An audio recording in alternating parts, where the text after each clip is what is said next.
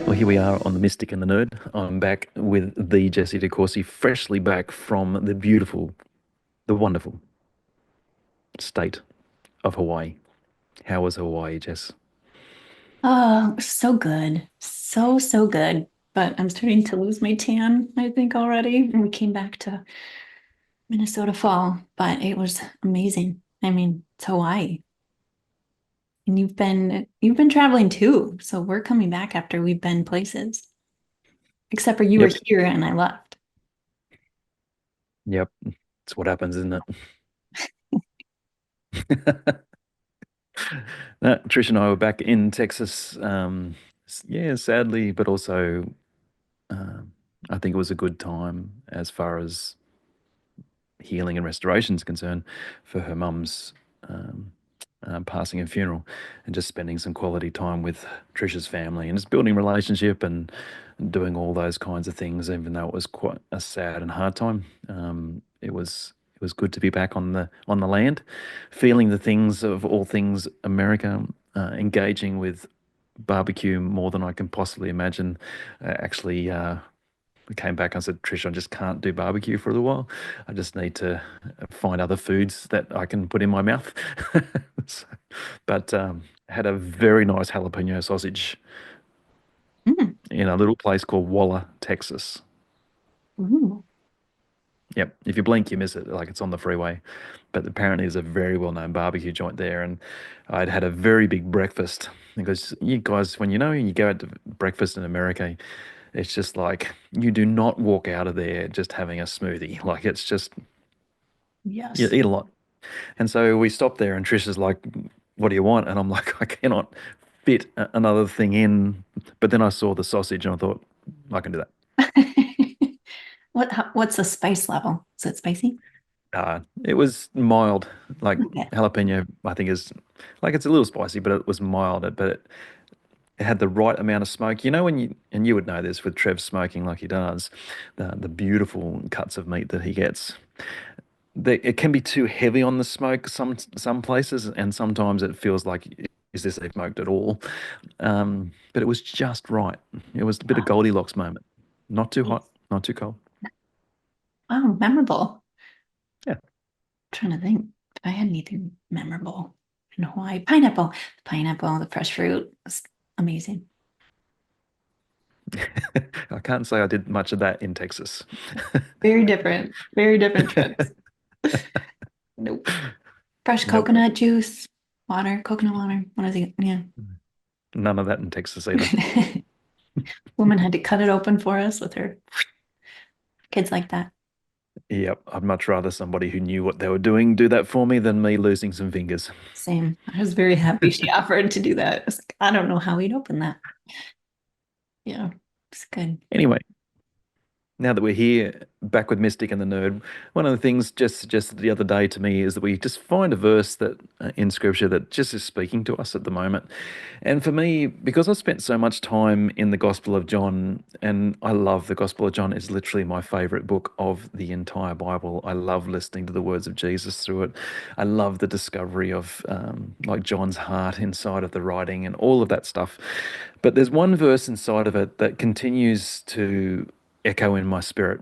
And it's one that I've used, preached, shared, taught, all of those things, but it continues to be something that I feel like that God keeps taking me back to go ask again, see if we can find something deeper. And it's in John chapter 8, verse 32, where it's Jesus says, the truth, you will know the truth, and the truth will set you free. And for the longest time, like that verse for me is revolves around the concept of what is truth, Mhm. which in my language and my thought traditionally was around the gospel, and it's the gospel, therefore it needed to be declared. And when the gospel was declared, freedom would then be the result. But then somebody by the name of Jessie DeCorsey comes along and says, "Do you know what truth means?" Mhm. And aletheia is one of your words, Jess, and I want you, if that's okay, to talk about it Oh, again. And again and again. Again and again and again. And I think there's nuances that come out every time I think about it because I might be in a different place as I'm sitting in the revelation because it was mind blowing to actually dig into the ancient language around truth and understanding more of the philosophy around the truth that we're reading about and how, like you said, the truth associated with the gospel. Trying to understand how is Jesus the truth? How is he the way?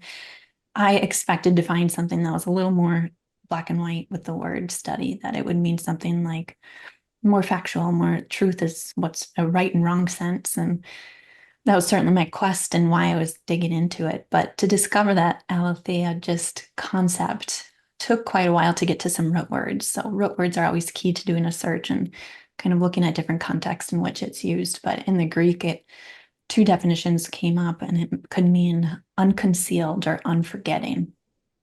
And at the same time, I was just trying to wrap my head around in the English. How do I even define truth or who defines truth? Or how do we, Mm. when we say, I know the truth, what are we saying? Because there's so many things that seem very subjective to this concept of truth for me at that time. And when I looked just at the English, part of the etymology of the word came from troth, which was this idea of a promise. So, like in betrothal or something. But probably the most compelling part of the whole word study was the Hebrew understanding. And really, the word truth in Hebrew text had something more along the meaning of faithfulness, something that you can count on. And that just ties in so beautifully if you put all that together of a promise or something that's faithful, something that you believe in, that becomes unforgetting, that becomes your truth. So it just expands, doesn't it? That idea of what we can hang that idea around with the word truth, especially in the context of the Bible. And there's also that word no in there too, Jess, which again is one of your faves. That's another really big one. And that I think came from our Gender Rev course and Mm. understanding the word yada. That's that experiential knowledge. So if you partner that with truth, that sense of yada and truth become so interrelated, don't they? Yep. And that's kind of my heart inside of this. So the experiential knowing of something that's unconcealed, that's something that's faithful, that's something that is a promise, brings you into a place of being set free. Now, again, the Greek for the concept of set free is to be made free, from what I can see and from my uh, more shallower explorations of the words, if I can use that, to be made free. And so I was sitting with this week and just going, to be made free, is that something that God does? That's not something that I do. God does that. And what's he asking me to do is to partner with what he's calling truth. Well, what is that? The experiential knowledge of the promise that he carries, that is no longer concealed, of his faithfulness. And that relationship with God makes me free. Like, it releases me from expectation. It releases me from shame. It releases me from seeing God through any other lens but what I can experientially understand and know and see of what he has revealed to me. And so it becomes this enormously relational concept that when Jesus is here and he's talking pretty much to everybody, and the Pharisees are on the bandwagon at this point in time of going, hey, who are you talking about? We are the sons of Abraham and all of that sort of stuff. And Jesus then drops this bomb in on them of the concept that you can experientially know God through me. And it's actually going to be this thing where you're actually going to see him unconcealed and the promise that I carry. And inside of that, then freedom will flow from that. And they're like, we are free. And Jesus is like, not sure you understand what freedom actually is.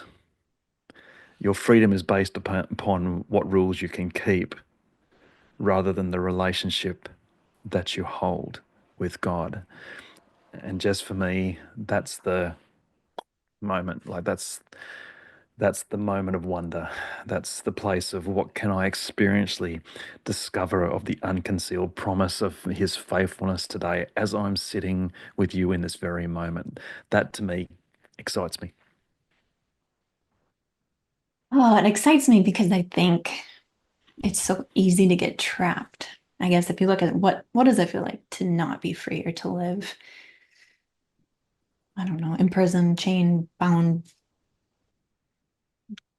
there's these limitations I think that I've encountered in my own journey when I was trying to put truth in this box of right and wrong and choice and trying to get that through. Anyone that's heard me at all knows that this is my story and I talk about this all the time. But when I could just get my head around the idea of truth and truth as a relationship versus truth and me having to get things perfectly right all the time and know the truth. I was finding the weight and the burden of me feeling like I had to know the truth and the perfect truth to get things right, to have a relationship, for God to be close to me. Then I think that really put that distance there. That made me feel so much farther from him because I was constantly living with that pressure. And I feel like that pressure has been obliterated now that and it doesn't mean I, don't care about what I believe is right or Mm. live recklessly in areas. It's just knowing that truth has become a relationship versus my own knowledge to be a judge on what I believe is right.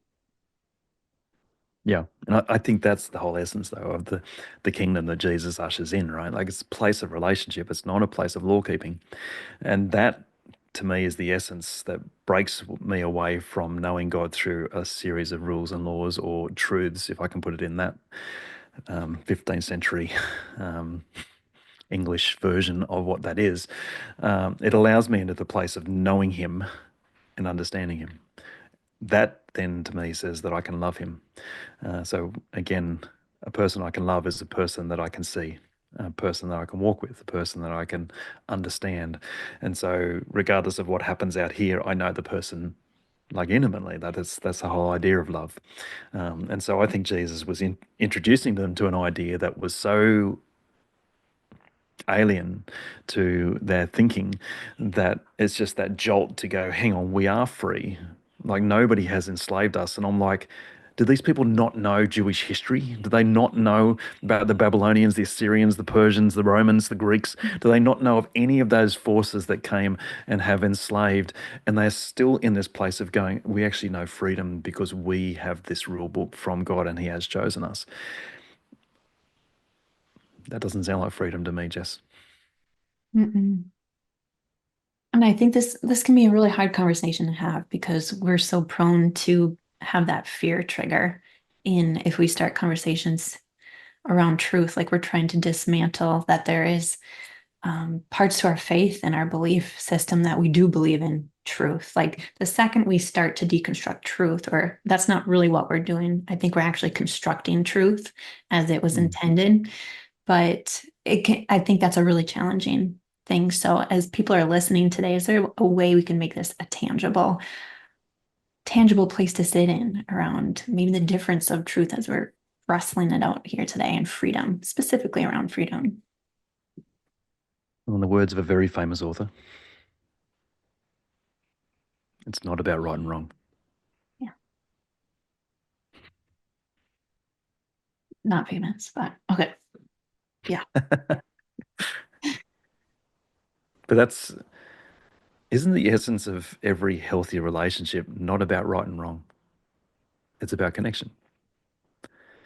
If I'm constantly worried about upsetting you, Jess, then where is the relationship? Where's the health or the strength of the relationship? Because again, that's walking on eggshells. And Mm, I don't think anyone really enjoys that in relationship at all. And if I feel like I'm doing that with God, that every time I do something wrong, think something wrong, say something wrong, um, it's just that space of going, am I working from knowledge? Am I working from experience? And so for me, I want relationships to revolve around character, not necessarily even the circumstances we find ourselves in. And so when I look at God and how do I engage with his character, that becomes a bigger thought for me. So, and I lose the wonderings of am I doing it right or wrong? I want to fall in love with who he is, Where do I do that? Well, I love doing that in creation, as you know, Jess. And for me, I love the beach. Even in the middle of Texas, we found ourselves by Lake Belton. It's not the prettiest place on the earth, but it's actually beautiful in its own God created way. And inside of that, I found myself connecting in the silence with God, with Trish, with the land, in a very beautiful way. And so it's practically as getting myself into places of understanding and actually choosing not right and wrong, Mhm. but just choosing Him. Having grace for myself if I do say the wrong thing or do the wrong thing. Um, to go, it's not about Him shaming me, it's actually about Him wanting me to be living in freedom and not hiding from Him. Because again, that's what right and wrong will often do, will have you hiding, as you know. And you could declare that better than probably me as well, just for the work that you've done and the book that you've written and the way that you've come to that place of revelation. And that's why I think the word truth for somebody like yourself, because there's a real weight on it when you share it. And like I share the same words that you've shared, and it just doesn't land the same way. But when you share it, it comes from a place of that yada, that experiential knowing of what does this word mean to Jess in relationship with God, and then Jess in relationship with the people that surround her as well. And I think that is beautiful. Mhm. And I think, like anything, when we're talking about something like this is a big theological concept, the idea of truth and freedom. It You have to look at the story. You have to look at why we're talking about it. Why are we passionate about it today, or why is this on your heart this week? And in my own experience, just quickly, if you haven't heard my story, it was that constant pressure and quest into just trying to identify who had the right truth way, like what denomination, because of my background, I was just really caught up between a lot of different um, ideas of what truth was. And I found it really that deconstructing and found it really um, that wrestle really removed my ability to have faith and to really believe. It caused quite a crisis in my life to have this, what I call a swinging pendulum, going back and forth. Who has the right way? Who's the one that determines what truth is? And just feeling like there was more, there had to be more to truth than I could understand, because I couldn't anchor in any truth that people would say, this is what you need to believe, or this is what you need to believe, because everything was contradicting itself. And in that place, it feels like shifting sand. I just wanted that rock that I could stand on. And it came from this invitation where the Lord just said, like you just mentioned, it wasn't like, Jesse, it's not about getting it right. It's not about that. It's really about walking it out with me. And that just kind of Mm, flip the script, put that relationship back where it had been removed, especially in my academic studies and everything. If I know the truth, if I have the most understanding of God, I'll have God. And the fear of man, the fear of judgment of others if I get it wrong. You can hurt mm, people if you're in leadership. You can teach things wrong. And the pressure of that just really misplaced God and his role in my life.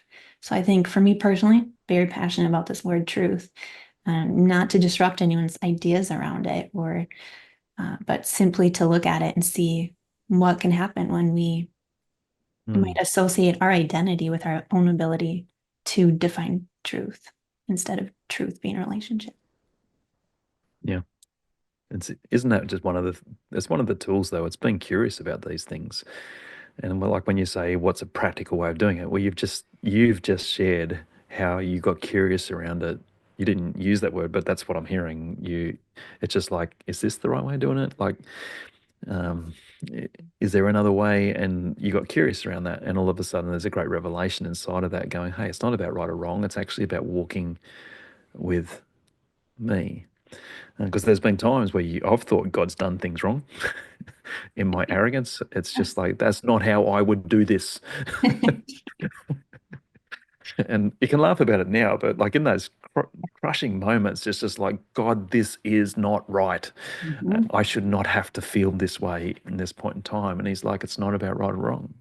It's about walking with me. It's about trusting me inside of this as well. And I just think it's an age old message. Like it's all the way through from Adam and Eve, all the way through to the day that we sit in right now. And it's about finding that space of being curious rather than it has to be right or wrong. So when people come along with different theologies to mine about God, Christianity, all that sort of stuff, Mhm. now I'm much more willing to sit and get curious around those sorts of thoughts of how did they get to that conclusion rather than just going, you're a heretic, Right, exactly. which is not what I'm saying about you. Thank you for clarifying. Yeah, Well, if after this session, Jess, we'll have a chat. we're good, fair. If you guys don't see me returning, you know why. Uh, yeah, I like sitting in this place because I think that curiosity grows, and it has certainly in different ways. It's challenged me to not just take any word, any idea or understanding I have, even like I've shared many times from even the word faith or things we're so familiar with. I go, that's the places that I'm most familiar with are the ones I want to go turn over those rocks and see Mm. how I can dive deep and see what else is there. What have I missed? Or what is there to teach me, challenge me, stretch me? Not everyone likes that. I totally understand it. Stretching is hard. Well, in a metaphor, if I can use a metaphor, 12 months ago, Trish and I are in far northern Minnesota, and Jess gets out a ultraviolet light at dark and starts turning over rocks and looking for, I can't, what are those rocks called? Uber light. Yep, there you go. And she and Trish, I got photos of them turning over rocks looking for these particular rocks. This is what Jess does in the spirit. She doesn't care if it's dark outside. She'll find a way to discover what she's looking for, and she will search. She will get down, get dirty in the mud of Lake Superior. Was that the one? Yes, nice. Mhm. And not worry about the cold, nothing. She's looking for the treasure that she's seeking, and that's what you do in the spirit. How do you like that metaphor? Would you like that? Well, it has rocks in it, so of course I like it. Trish and I can't go wrong with rock hunting. Please comment below if you are a rock hound like us. But I like that. That's a good metaphor. Very much. On another metaphor, we were on Lake Superior at one point looking through stuff, and I think one of us pulled up something, and Trev goes, "That's a toilet." Do you remember that? That's right. Because Piece I of a love toilet. collecting ceramic that gets tumbled. And I did not want that piece of ceramic. It was the biggest one he'd found to date, and I couldn't do it. I couldn't bring that one home. Sorry, Trev. Yeah. Oh. Anyway, the joys of fun, of what you might unearth. Hey, that's applicable to when you do a deep dive and study as well. Yeah, Sometimes you find things you, sometimes you find toilets. yeah, exactly. And I think we've covered a few big things, especially in the Mistaken Nerd over there. Last year that we've been doing this. Even I think the last few times we've talked and unpacked the understanding around joy.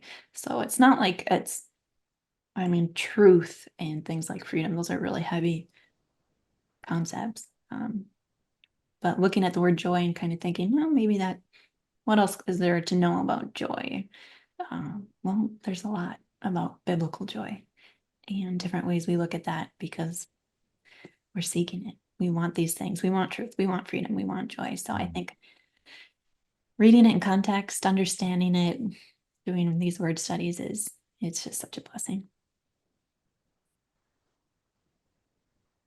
Agreed. Mhm. Fun, usually, unless there's a toilet, but it's usually fun. Yeah, rock hunting is fun, especially when you're finding stuff, right? If you're not finding stuff, it gets a little frustrating. But when you're on the shores of Lake Superior, it's not just Mhm. rocks, it's glass, it's toilets, it's No, there's just for the ceramic. record, there's not toilets. Beautiful beaches.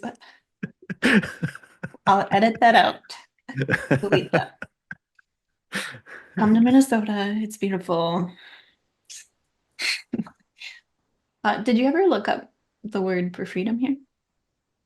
Or to make freedom, Uh, is it? make free. Yeah, and there's a word liberty that the Blue Letter Bible puts into that.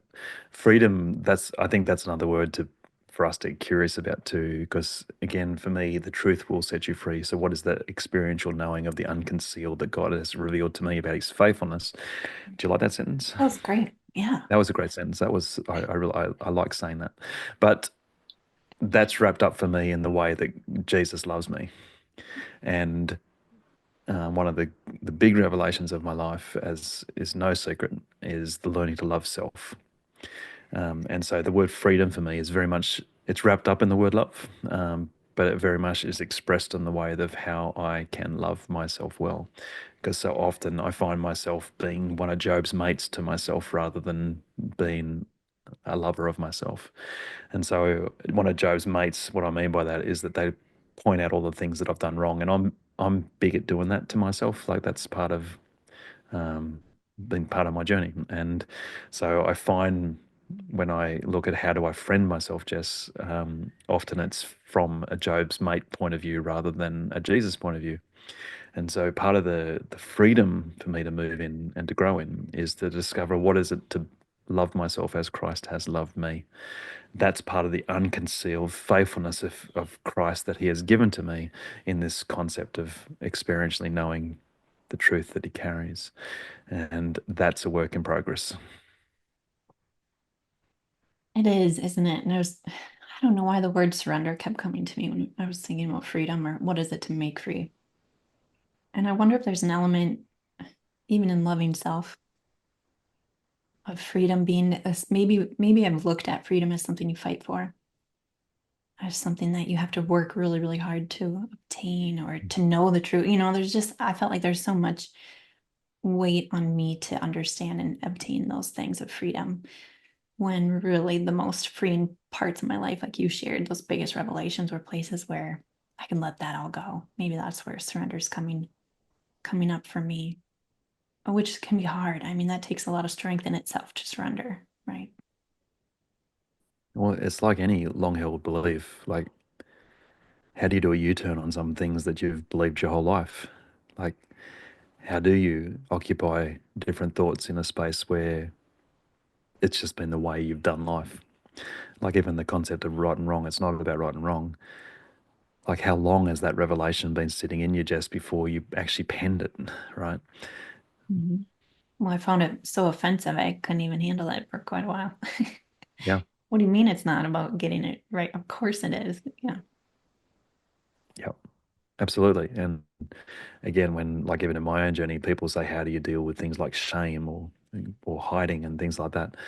I've only found one way, and that's to bring it into the light. That's not an easy thing to do. That can be a very challenging thing to do because often what you bring into the light, other people see, and the fear of doing those sorts of things is often what can drive you back down old patterns rather than towards the experiential knowing of a loving God.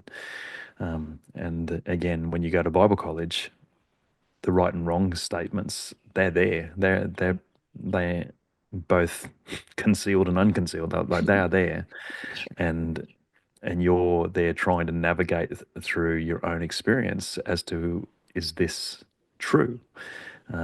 And if there's not enough people around you asking that and getting curious around the same question, often you can just adapt what you've already been told rather than what you can experience.